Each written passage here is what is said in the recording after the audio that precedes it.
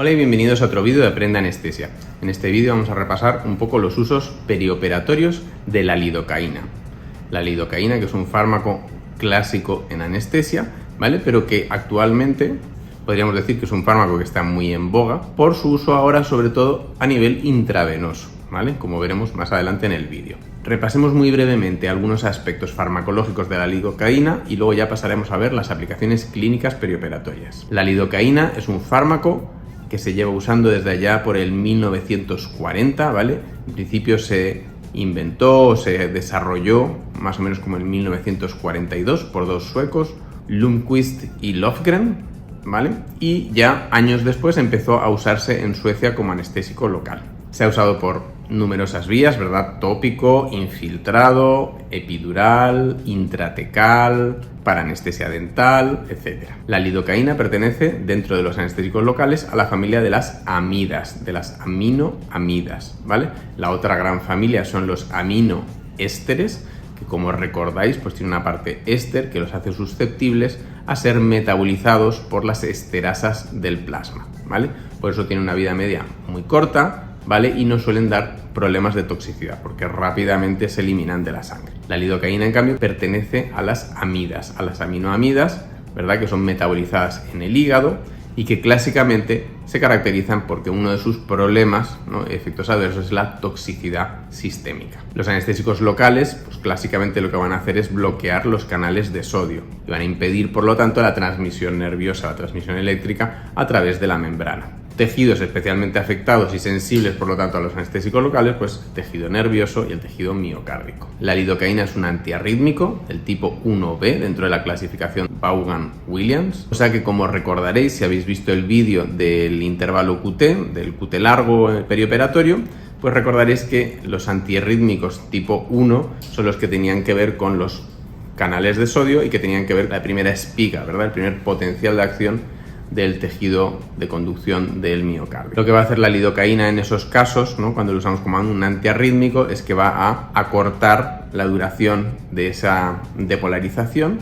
y va a hacer que el periodo refractorio del tejido de Purkinje también se acorte. La forma en que va a actuar los anestésicos locales y la lidocaína es que la forma no ionizada, que es más liposoluble, es la que puede atravesar la membrana, porque para que puedan hacer efecto los anestésicos locales, hacen efecto en el canal de sodio, pero en la parte de dentro del canal, ¿vale? En la subunidad que queda por dentro de la membrana. Así que es necesario que primero la forma no ionizada de la lidocaína atraviese la membrana y una vez dentro se equilibre nuevamente entre las formas ionizada y no ionizada, ¿vale? Y va a ser la forma ionizada la que efectivamente se una a la subunidad del canal de sodio y lo bloquee.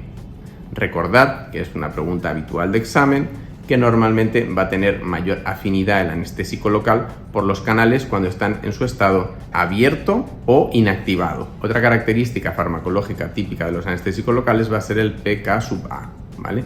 Que lo que describe es a qué pH va a estar al 50% disociado entre la forma no ionizada y la forma ionizada.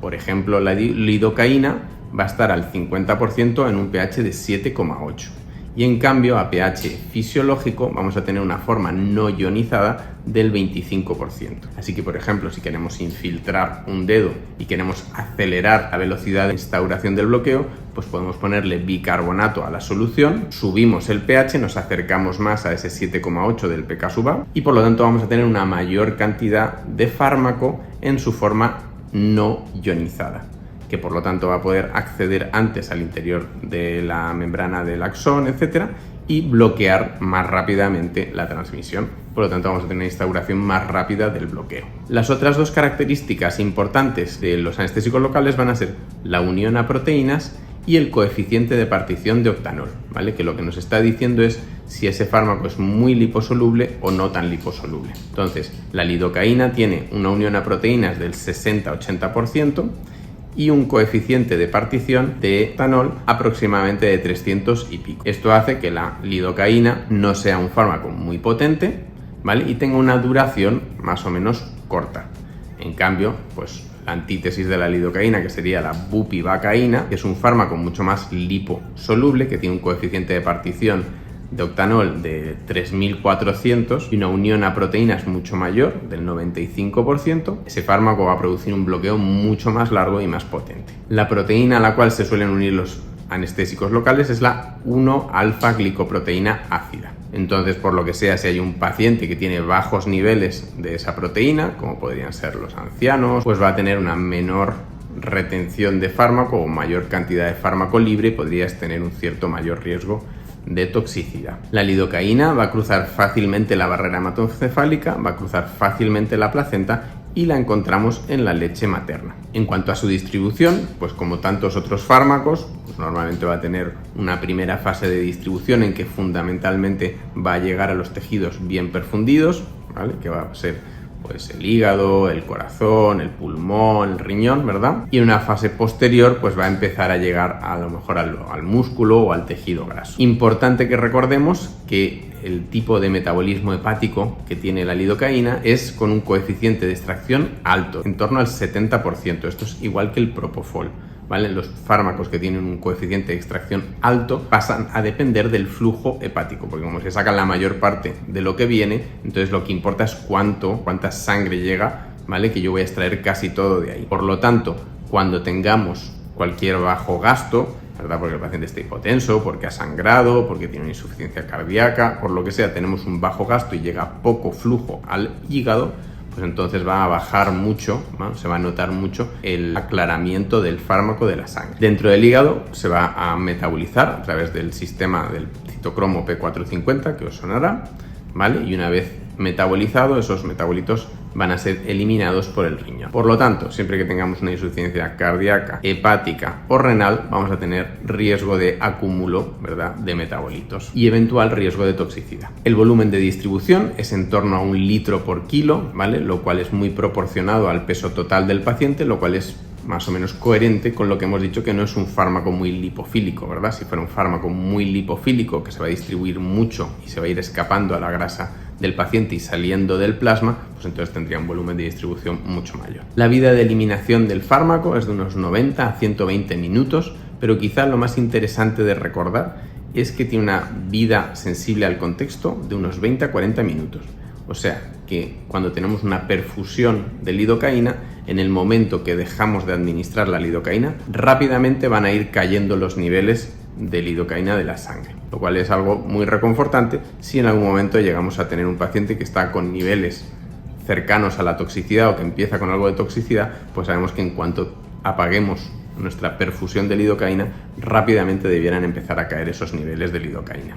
Bien, pasemos ahora a ver algunos de los efectos clínicos de la lidocaína y de las aplicaciones. Igual que como hablábamos en el vídeo de la ketamina, ¿verdad?, que interactuaba con numerosos receptores y por eso tenía tantos efectos, pues con la lidocaína pasa algo un poco parecido. Interactúa no solo con los canales de sodio, sino que también con la 5-hidroxitriptamina, con los leucocitos, con las plaquetas, los receptores NMDA, etc. Por eso vais a ver la pléyade de efectos que pueden tener la lidocaína. Bien, uno de los primeros efectos es el de la analgesia y la antinocicepción y antihiperalgesia. Se ha visto que la lidocaína produce una disminución de la sensibilización tanto periférica como central. Por otro lado tenemos el efecto antiarrítmico que ya hemos comentado. Tiene un efecto antiinflamatorio, ¿vale? Quizá este es uno de los más destacados. Actúa sobre los leucocitos, evita que los leucocitos se peguen al endotelio o se degranulen, ¿verdad?, se activen en el fondo y liberen todas sus citoquinas,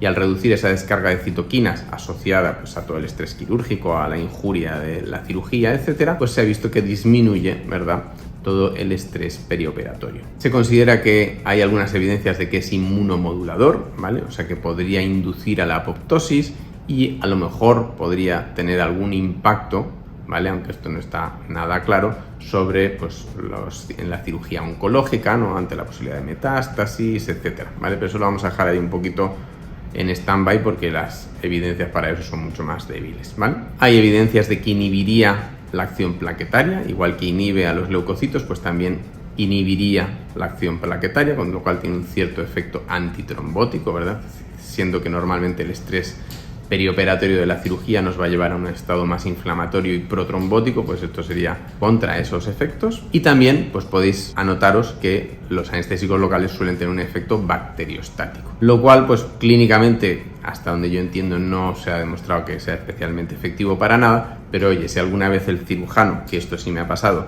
os dice, oye, por infiltrar aquí no estaremos produciendo mayor posibilidad de infección, pues tú le puedes decir en ese momento que los anestésicos locales son bacteriostáticos. En cuanto a efectos adversos, el principal efecto, lo que todos tememos, es la toxicidad sistémica. Tenemos que tener en consideración que la lidocaína tiene un índice terapéutico más o menos estrecho, ¿vale? Los niveles terapéuticos, pensar que están entre 2,5 y 3,5 microgramos por mililitro, y que la toxicidad neurológica ya la tendríamos en torno a los 5 microgramos por mililitro, ¿vale? Y la cardiológica más o menos en los 10 microgramos por mililitro. Por eso la necesidad siempre pues de estar pendientes de que el paciente no vaya a tener toxicidad, sobre todo con las perfusiones, que es donde vamos a tener más posibilidad de interrumpir la perfusión antes de que eso siga subiendo, porque si estamos dando un bolo de lidocaína, ya hemos dado el bolo y hace una toxicidad, pues ya no podemos dejar de dar el bolo, ¿verdad? Entonces, pues eso sí, siempre que estés administrando un anestésico local, vas a estar pendiente, ¿verdad? Sobre todo en bolo, vas a estar pendiente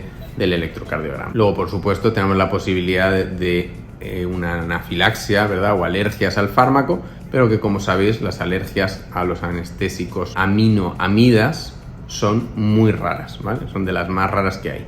En cambio, las anafilaxias a los anestésicos locales aminoésteres sí que son mucho más características. ¿Cuáles pueden ser las contraindicaciones para el uso de lidocaína?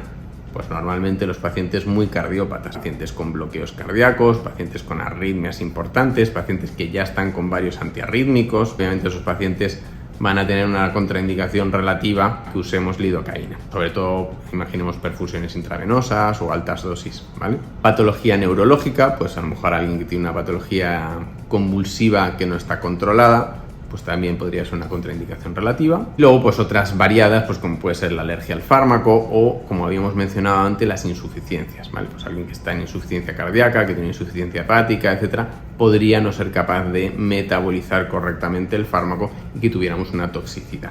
Porfiria y algunos desequilibrios hidroelectrolíticos también serían contraindicaciones. Bien, entonces resumiendo, ¿cuáles son algunas de las indicaciones o usos que tenemos para la lidocaína en el perioperatorio? Uno sería el manejo del dolor posoperatorio con lidocaína intravenosa. Esto se vio inicialmente en cirugías, sobre todo abdominales, ¿vale? Pero ahora se usa en muchos tipos de cirugías, ¿verdad? Pues el paciente que por lo que sea no se le podía pinchar una epidural o hacer alguna técnica regional, etcétera, pues esos pacientes se les ponía una perfusión intravenosa de lidocaína durante a lo mejor unas 48 horas. Y eso se vio que disminuían como un 30% sus requerimientos de morfina, ¿vale? Y asociado a menor requerimiento de morfina, pues obviamente también disminuían su incidencia de náuseas y vómitos y en general pues la recuperación era un poquito mejor. Otro sería el uso en anestesia regional, que esto es lo clásico pues de toda la vida, ¿no? Usamos lidocaína en todos nuestros bloqueos cuando pues queremos hacer un bloqueo que a lo mejor no vaya a durar tanto, ¿verdad? Dentro de la anestesia regional también tenemos la anestesia regional intravenosa, en que efectivamente vamos a usar un torniquete, un doble torniquete, y vamos a infundir lidocaína por el sistema venoso, y de esa manera vamos a lograr que llegue a bloquear los nervios y podamos tener analgesia y anestesia de un miembro para poder operarlo. Su uso en dolor crónico, ¿vale? Está descrito su uso, aunque probablemente no sea lo más popular o lo más mainstream, ¿verdad? Se puede usar la lidocaína intravenosa, ¿no? Cursos de un día o unos días de lidocaína intravenosa, que obviamente va a requerir ingresar al paciente, y después, una vez controlado el dolor, pues se le puede transicionar ya sea a otra analgesia más convencional dentro del dolor crónico. O yo también he leído a veces de centros en que lo transicionan a un anestésico local oral como la mexiletina, por ejemplo. Ya hemos comentado que la lidocaína se puede usar como un antiarrítmico, ya sea en un paciente que está con una arritmia en particular o un paciente que está en parada, ¿verdad? Como alternativa a la amiodarona. También es relativamente frecuente, nosotros lo usamos mucho en anestesia pediátrica, el usar la lidocaína para disminuir los reflejos de vía aérea, ¿vale? En adultos se hace más para disminuir la respuesta adrenérgica a las maniobras de vía aérea, como son la intubación y extubación, que pueden ser muy reflexógenas, ¿verdad?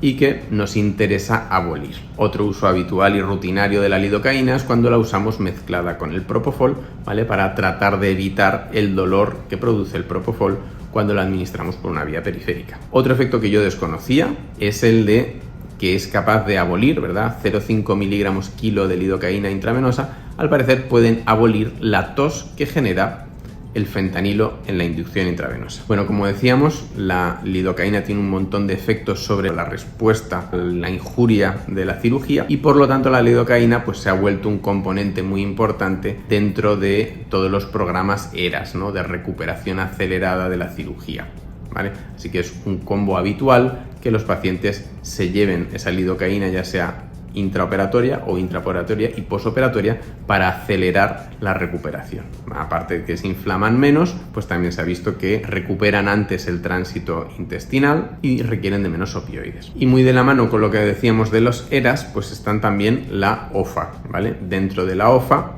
la anestesia libre de opioides, pues lógicamente que también la lidocaína va a tener un gran protagonismo, ¿verdad? En la OFA queremos usar un montón de fármacos que nos permiten evitar el uso de opioides o por lo menos disminuirlo muchísimo, y la lidocaína pues claramente va a ser uno de esos fármacos. Bueno, pues ahí lo tenéis. Hemos comentado un poco los diversos usos de la lidocaína perioperatoria y un poco su farmacología. Este es un fármaco que usamos rutinariamente todos los días y es interesante que conozcáis más sobre él. Si os ha gustado el vídeo, por favor dadle a like y suscribiros al canal si queréis ver más vídeos como este sobre anestesia y seguridad en el quirófano. Muchas gracias y os veo en el siguiente. Hasta pronto.